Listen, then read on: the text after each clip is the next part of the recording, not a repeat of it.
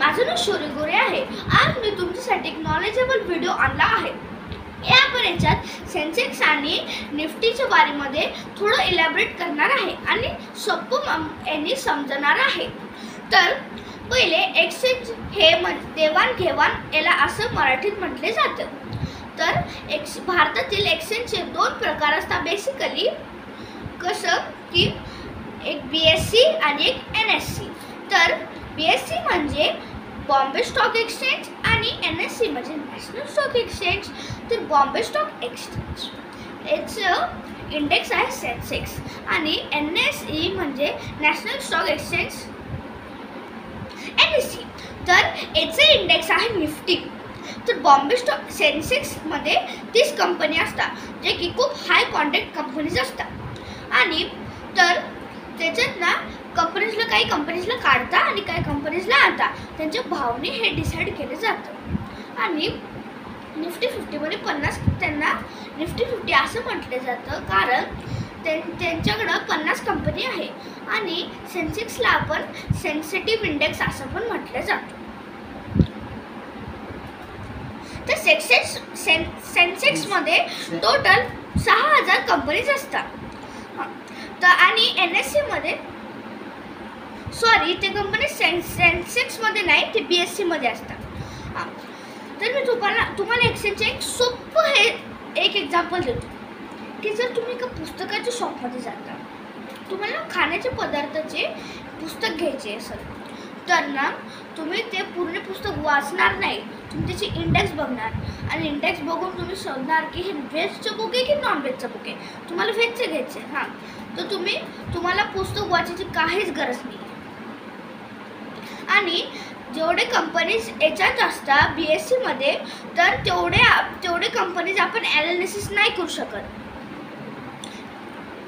BSE मध्ये 6000 companies असतात, top 6000 companies असतात आणि NSE मध्ये 2000 कंपनीज असतात।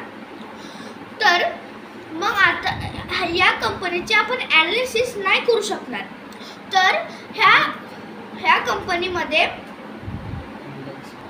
तर याच्यासाठी इंडेक्स बनला आहे। आणि सेन्सेक्स हे आता आपण जाणू की सेन्सेक्स कधी सुरू झालेलं आणि निफ्टी कधी सुरू झालेलं।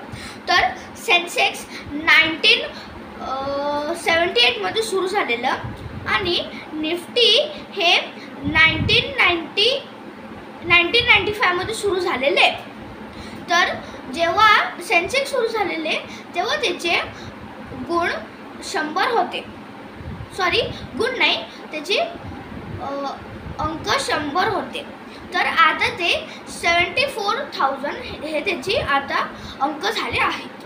आणि आता निफ्टी 50ची सुरुवात 1000 पासून झालेली, तर ती आता 22,000 पर्यंत गेली आहे। इंडेक्समध्ये 3 गोष्टी असतात। सेक्टर, आपण याला असं सेक्टर असं म्हटले जातो, जसं की बँकिंग, टेक्नॉलॉजी आणि बँकिंग